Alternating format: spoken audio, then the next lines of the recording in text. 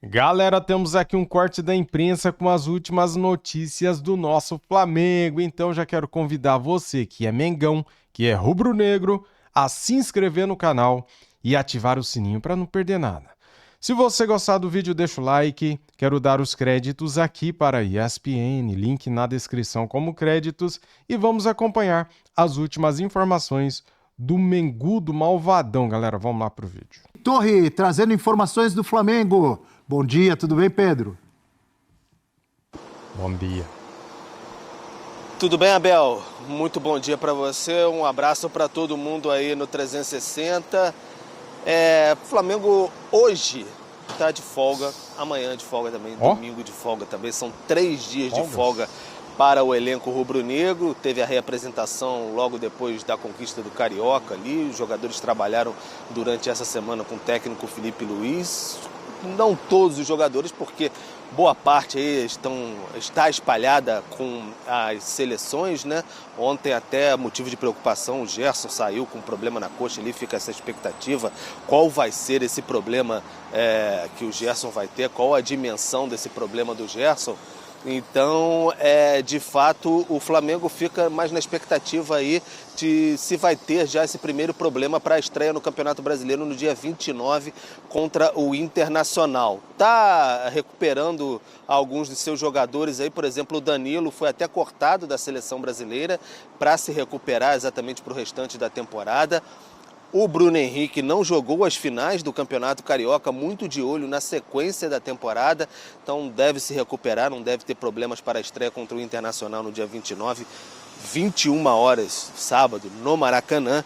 Então o Flamengo está mais nessa batida. Além disso, está naquele festival que está acontecendo aqui no Rio de Janeiro, o Jorginho Rio, que todos os torcedores do Flamengo estão bastante animados em relação a isso.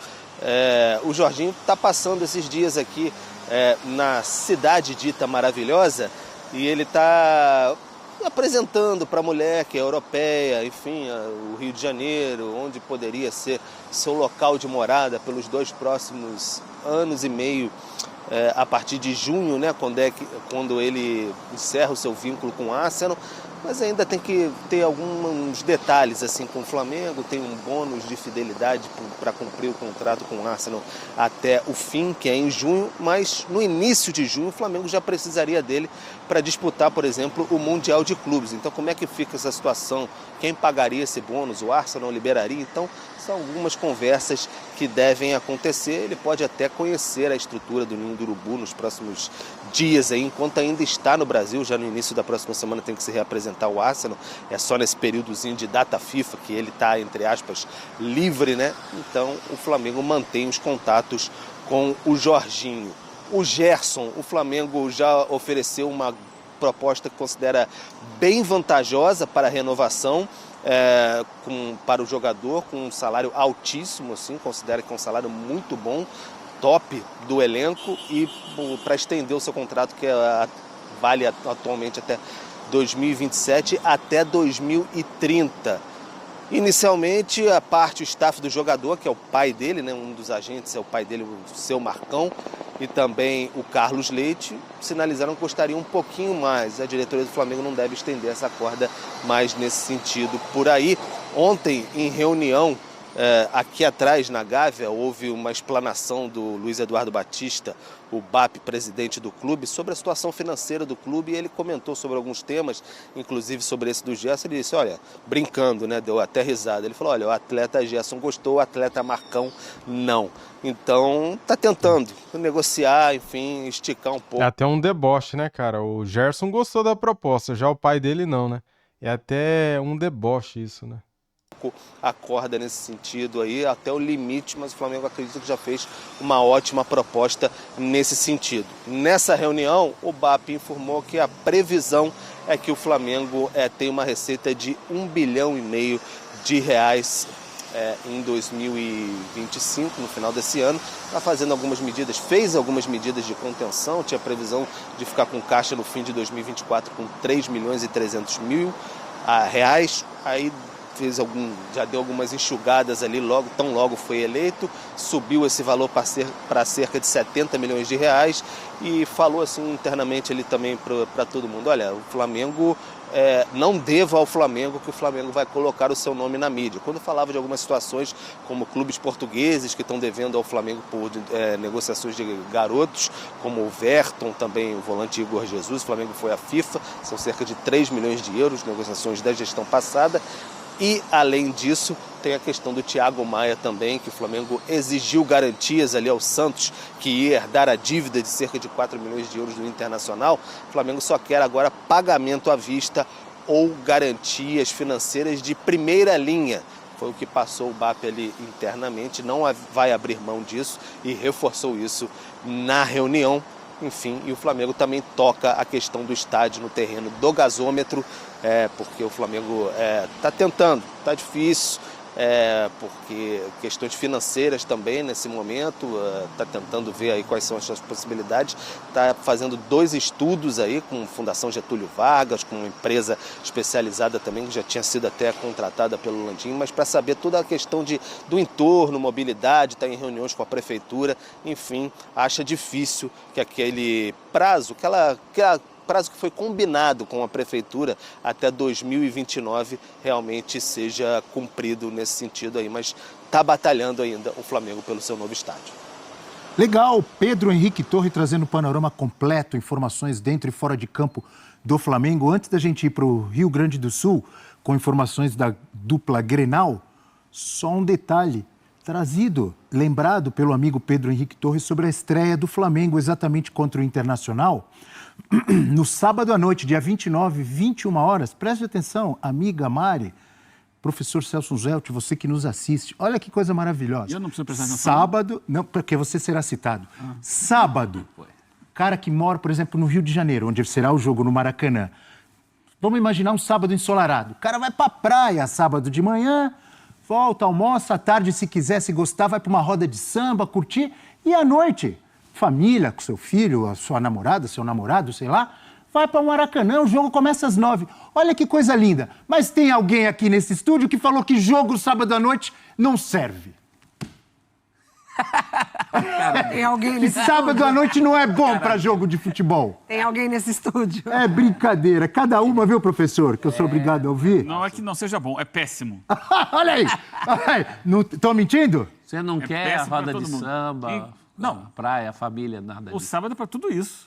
E pro jogo, no Não, fim. o jogo não. Fecha. Pega seu filho, vai ao Maracanã, hein? Aproveitou o sábado inteiro, almoçou com a família. Inclusive, Abel, eu estava outro dia vendo uma live do pessoal que cobre televisão e tal, não sei o que, e eles estavam falando que os jogos aos sábados dão péssima audiência. Não, aí já é outro assunto. Jogos de Campeonato Brasileiro aos sábados, assim, seja de tarde ou de noite, não dão o mesmo número. Porque no sábado, Lá vem ele, olha lá. o cara tá pensando em outra coisa. O futebol é no domingo.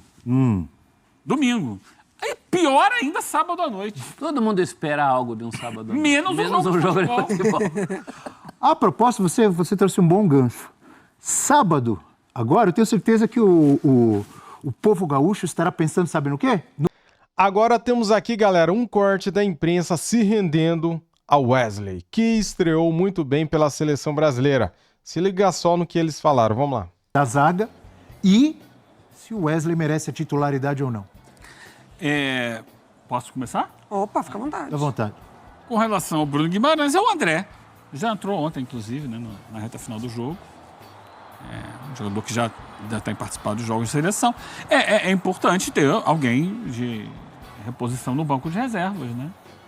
Então, se vier o João Gomes, é mais um jogador ali para cumprir essa função. É bem provável que sejam dois, né? Porque o Gerson provavelmente não vai Mas jogar. falou de Bruno Guimarães. E Bruno Guimarães, então seria André e... Depois o Pedro e a Vitória podem dar mais detalhes do que está se especulando lá. Com relação ao Wesley, você falou que eu estava ansioso da outra vez para falar do Wesley. Sabia que você estava ansioso? Fale. Estou tranquilo para falar do Wesley. Você não fez a sua enquete aí. Se você fizer, vai dar pode maioria esmagadora querendo o Wesley de titular, porque quando ele entrou, ele deu um gás extra ao time. Um sopro de juventude, de vontade, de disposição, de ímpeto ofensivo. Então é natural que sim, que ele se posicione aí na cabeça do torcedor brasileiro como um todo, como o cara que merece jogar contra a seleção da Argentina. Claro que ele é um jovem ainda, é o jogo mais difícil das eliminatórias, jogar contra a campeã do mundo na casa dela, tem uma responsabilidade gigantesca, mas pela vontade que ele demonstrou nos poucos minutos que esteve em campo contra a Colômbia, ele se colocou numa posição muito confortável para ser titular contra a Argentina. O momento pede, você colocaria... Eu faço esse questionamento pelo seguinte, às vezes ele entrou melhor por circunstância do jogo, enfim, um momento que a seleção brasileira estava melhor, ou ele realmente vive um momento melhor que o Wanderson e merece ser titular. A gente tem quem ali? Rony Álvares, que cai mais pela esquerda da seleção? Quase sempre com o apoio do McAllister. Tem que ver como vai ser a escalação. Não tem a Lautaro, também não tem Lautaro. toda Então, desmontada. Não, e além disso, toda pendurada. Não, e Porque ainda Paul tá joga pendurado, hoje. Paul tá Joga hoje, a pendurado, gente não o sabe. McAllister São pendurado. sete Uruguai jogadores pendurado. Que dá a possibilidade de gente suspeita. Já não tem Messi, campo não inteiro. tem Lautaro. Lautaro, Dybala. não tem Dybala. Isso. Além disso, tem 7 jogadores pendurados para o jogo de hoje contra o Uruguai. A gente não sabe. Trio titular Mas eu do acho meio que de campo. hoje quem vai jogar pela esquerda é o Nico Domingues. É? É. Tá. Então, vamos ver para o jogo com o Brasil quem seria. Mas não tem assim um Di Maria para você ficar tomando cuidado ali. Ainda bem. Do que a gente acompanhou das últimas datas FIFA, é o Julián Álvares caindo por ali, mas muito porque tinha, né, todo esse complemento de Lautaro e de Messi também. Eu gosto da ideia do Wesley. Eu acho que a gente tem que pensar só um pouco nessa provável escalação do Brasil contra a Argentina fora de casa, se de fato você vai com uma equipe bem ofensiva que com o Wesley permaneceu dessa forma, né? Muito mais, quer dizer, mudou essa característica direita, porque você vai de Rodrigo, você vai de Rafinha, você vai de João Pedro, você vai de Vini e você vai de Wesley. É muita gente, né? Que lá na frente pode deixar uma seleção muito vulnerável contra a Argentina. Não sei se é sempre que o Dorival vai conseguir ter essa escalação. Então, assim, ontem, defensivamente, o Wesley não foi tão testado assim. Ele já pega um Luiz Dias mais cansado, ele já pega uma seleção... O Wanderson foi mais, tanto que o gol foi em cima dele, a jogada. Exatamente. O Luiz Dias. Ele já pega... no momento em que a seleção está quase saindo, né? Já totalmente desorganizada defensivamente. Então, acho que dá para pensar em alternativas. Por isso que eu citei, achei interessante isso que você falou. Por isso que eu citei o momento do jogo também, Isso, que o Wesley exato. entra. Não estou tirando o mérito Claro, dele, de entrou jeito muito nenhum. bem, está jogando bem no Flamengo, jogou bem ontem. Uma partida Mas que o ele Brasil pegou um precisava momento do diferente do resultado. jogo do Wanderson, né? Exato, e situações também. O Brasil precisava do resultado, tinha ali alternativas para buscar essa vitória, a seleção colombiana já tinha baixado o ritmo. Então, acho que o Dorival ele tem que pensar muito bem nessas peças de como ele vai montar o time pensando na Argentina. E aí, talvez, de fato, faça sentido você ter 2 volantes mais marcadores do que você trazer alguém para o lugar do Gerson que faça mais parte dessa armação, né? Que seria, no caso, o Andreas Pereira, dentre essas opções que o Dorival tinha na pré-lista. Ou o próprio Alisson, às vezes. O Alisson no São Paulo sai bastante para o jogo, né? Então, eu acho que são alternativas que ele tem que pensar no adversário agora. Por outro lado, a gente está esperando há tanto tempo um lateral que performe por ali, para usar um termo do momento. Aí o Wesley tem essa entrada tão promissora. Puxa vida. Também, tudo bem, a gente sabe que o forte dele é o apoio. Mas não é um jogador assim que você diga, vai Você perder. evoluiu defensivamente. Evoluiu muito com o Felipe Luiz. Com o Felipe Não Luiz. é? Muito. Tem um momento Evoluiu. defensivo bom no Flamengo. Eu confiaria no Wesley. Eu estou mais em dúvida na zaga em relação ao substituto do Gabriel, porque as opções que nós temos, Murilo? Murilo, momento bom, Excelente. Excelente. né? Léo Ortiz, né? Momento bom. Murilo e Léo E o Ortiz. Léo Murilo, mais Léo com segurança. e o Murilo tem o físico forte, né? Também, que contra a Argentina é importante. Talvez o Léo E o esteja na lançamento. frente, né? Na hierarquia do Dorival. Não sei, sinceramente. Eu tenho mais... Ele entra ontem bem no finzinho, né? Ontem, por exemplo, entrou o Léo. É. Né? Acho que por isso Eu acho que ele está pensando... está na frente. Acho que ele está pensando mais o Léo pela direita, Com o Marquinhos. no lugar do Marquinhos, No lugar do Marquinhos. e pela esquerda, havendo necessidade, que seria o caso, né? No lugar do Magalhães, o Murilo. Marquinhos e Murilo, então. Vamos Tô voltar lá pensando. para Brasília? Tá aí, galera, a imprensa elogiando bastante o Wesley. Estreou bem com a amarelinha. Cara, ele entrou voando, galera. Foi pra cima e deixou ali, cara, os jogadores da Colômbia de cabelo em pé, hein? como tem força o Wesley, como ele é rápido, como ele desenvolveu, né, cara? Nossa, é outro jogador. Meu Deus do céu. Se você pega 1 ano e meio atrás, ninguém queria o Wesley no Flamengo, cara. Agora o cara é lateral de seleção brasileira e merece sim ser titular, porque deu muita diferença depois que ele entrou, né? Não sei se foi o momento do jogo, eu acho que não, porque se ele entrasse no começo do jogo também, ele entraria da mesma forma, cara, com a vontade que ele entrou. Porque na nossa Seleflá, no Mengão, ele joga assim, né? Ele joga o tempo inteiro na vertical, vai pra cima, corta pro meio, dá o passe, cruza.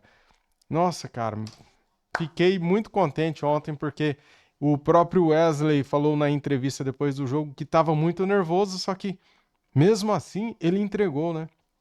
Então, tá aí a imprensa elogiando e reconhecendo que o Wesley vive um momento espetacular, um momento mágico. Tem que ser titular contra a Argentina, cara. Eu não pensaria 2 vezes. Dorival não pode ter medo. Não pode ser medroso, cara. Agora é a hora dele ir pra cima, sabe? Colocar peças novas. Tem muito jogador na seleção brasileira aí que, pelo amor de Deus, não jogam nada. E o cara continua insistindo nesses caras. Tá doido, velho. O gol que a seleção tomou ontem foi um amadorismo ali da defesa, cara. Tá doido. Não pode tomar um gol daquele. A bola era nossa e o cara perdeu a bola, em vez de dar um chutão pra frente. Ah, cara, zagueiro tem que zagueirar, né? Tem que tirar a bola dali da área de risco. Pelo amor de Deus. Que gol bobo que a seleção tomou ontem.